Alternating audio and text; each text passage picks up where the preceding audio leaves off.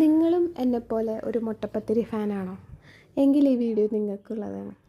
രാവിലെ തന്നെ എണീച്ച് വന്നപ്പോൾ ഉമ്മച്ചി എന്തോ തകൃതിയായ അടുക്കളയിൽ ജോലി എടുക്കണം.